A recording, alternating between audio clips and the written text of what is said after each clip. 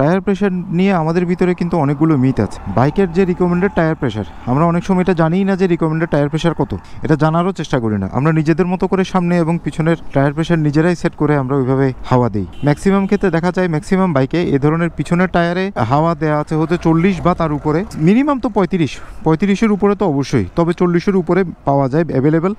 আর সামনের টায়ারে দেওয়া আছে হচ্ছে 30 বা 35 এরকম হাওয়া দেওয়া থাকে।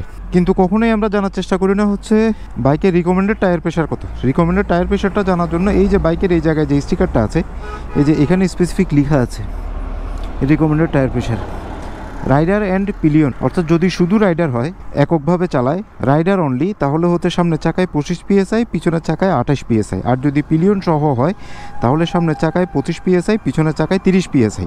এটাই হচ্ছে একদম বাইকের রিকমেন্ডেড টায়ার প্রেশার। আমরা তো আর শুধু রাইডার অনলি না, কোন সময় পিলিয়ন উঠে না উঠে তার কি কোনো ঠিক আছে নাকি? সেজন্য আমরা ওইটাই ধরে নিতে পারি যে পিলিয়ন সহ যে টায়ার প্রেশার, সামনের চাকায় 25 PSI, পিছনের চাকায় 30 PSI, এটাই হচ্ছে স্ট্যান্ডার্ড, এটাই হচ্ছে বাইকের রিকমেন্ডেড টায়ার প্রেশার। এই টায়ার প্রেশারে যদি থাকে তাহলে আপনি পারফেক্টলি বাইকের ব্রেকিং পাবেন, পারফেক্টলি বাইকের স্পিড পাবেন এবং পারফেক্টলি বাইকের কন্ট্রোলটা পাবেন। আর যদি এর বেশি রাখেন, যেটা 35-40 রাখে, তাহলে বাইক তো একদম মনে হবে অনেক স্মুথ চলতেছে, একদম এক্সেলেটর দেওয়ার সাথে সাথে কি একদম বাতাসের গতিতে বাইক চলতেছে, বাট ব্রেকিংটা যে কি দুর্বল হবে এটা আসলে কল্পনাও করা যাবে না। ব্রেকিংয়ের বাইক কমে যাবে, ব্রেকিংয়ের পাওয়ার কমে যাবে। আপনি ব্রেক করলে ব্রেকিং ডিস্টেন্সটা অনেক বেড়ে যাবে, অর্থাৎ অনেক পরে গিয়ে ব্রেক হবে। যে জায়গায় ধরেন না 3 মিটারের মধ্যে থামার কথা, সেই জায়গায় এটা 5 মিটারে গিয়ে থামবে। আর যদি বাইকের টায়ার প্রেশার রিকমেন্ডেড প্রেশারের চেয়ে কম রাখেন, তাহলে তো বাইক চালাই দিয়ে পারবেন না, আপনি রীতিমতো বাইক কাঁপাকাঁপি করবে, বাইক টানবেই না, চলবেই না।